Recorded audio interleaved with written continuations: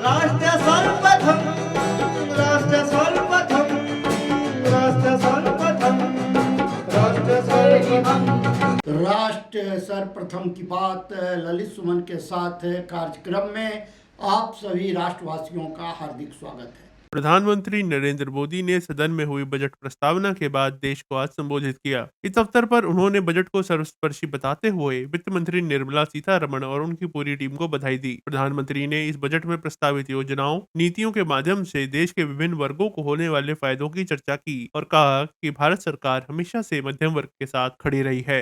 विकसित भारत के विराट संकल्प को पूरा करने के लिए एक मजबूत नींव का निर्माण करेगा। ये बजट वंचितों को वरीयता देता है।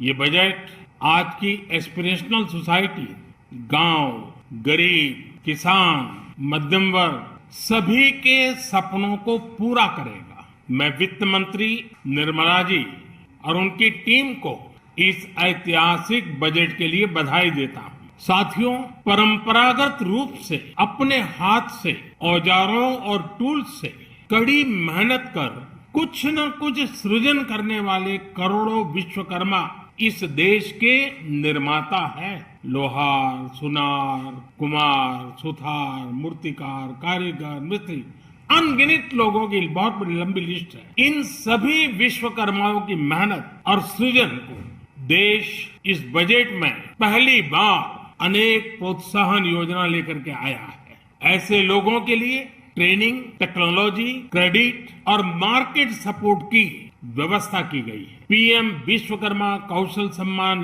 यानी पीएम विकास करोड़ों विश्वकर्माओं के जीवन में बहुत बड़ा बदलाव लाएगा। साथियों, शहरी महिलाओं से लेकर गांव में रहने वाली महिलाएं हो, कारोबार रोजगार में व्यस्त महिलाएं हो या घर काम में व्यस्त महिलाएं हो, उनके जीवन को आसान बनाने के लिए बीते वर्षों में सरकार ने अनेक विविध कदम उठाए हैं। जल जीवन मिशन हो, उज्ज्वला योजना हो, पीएम आवास योजना हो, ऐसे अनेक कदम।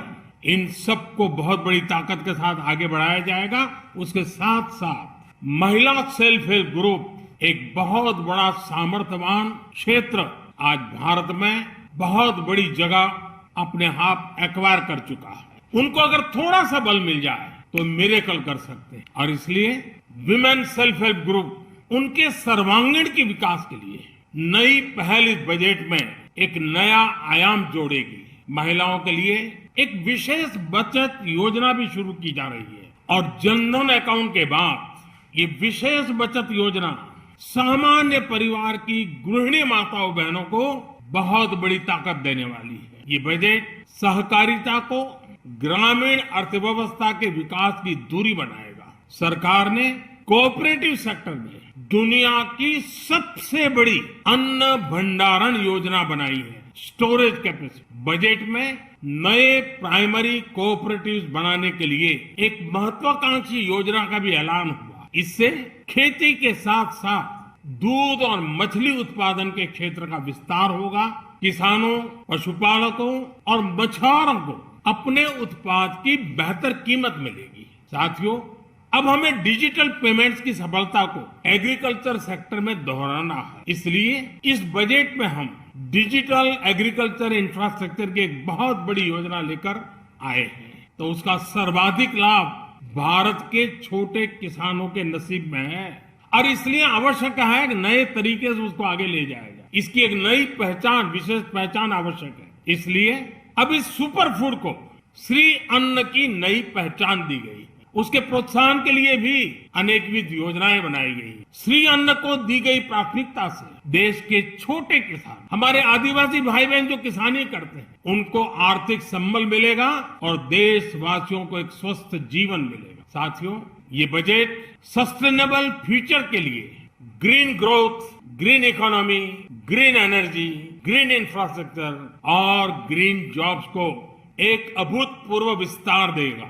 समृद्ध और विकसित भारत के सपनों को पूरा करने के लिए मध्यम वर्ग एक बहुत बड़ी ताकत है। जैसे भारत की युवा शक्ति ये भारत का विशेष सामर्थ्य है, वैसे ही बढ़ता हुआ भारत का मध्यम वर्ग भी एक बहुत बड़ी शक्ति है। हमने टैक्स रेट को कम किया है, साथ ही प्रोसेस को सिंप्लीफाइड, ट्रांसपेरेंट और फास्ट किया है। हमेशा मध्यम वर्ग के साथ खड़ी रहने वाली हमारी सरकार ने मध्यम वर्ग को टैक्स में बड़ी राहत दी है। इस सर्वस्पर्शी और विकसित भारत के निर्माण को गति देने वाले बजट के लिए मैं फिर एक बार निर्मला जी और उनकी पूरी टीम को बहुत बहुत बधाई देता हूं।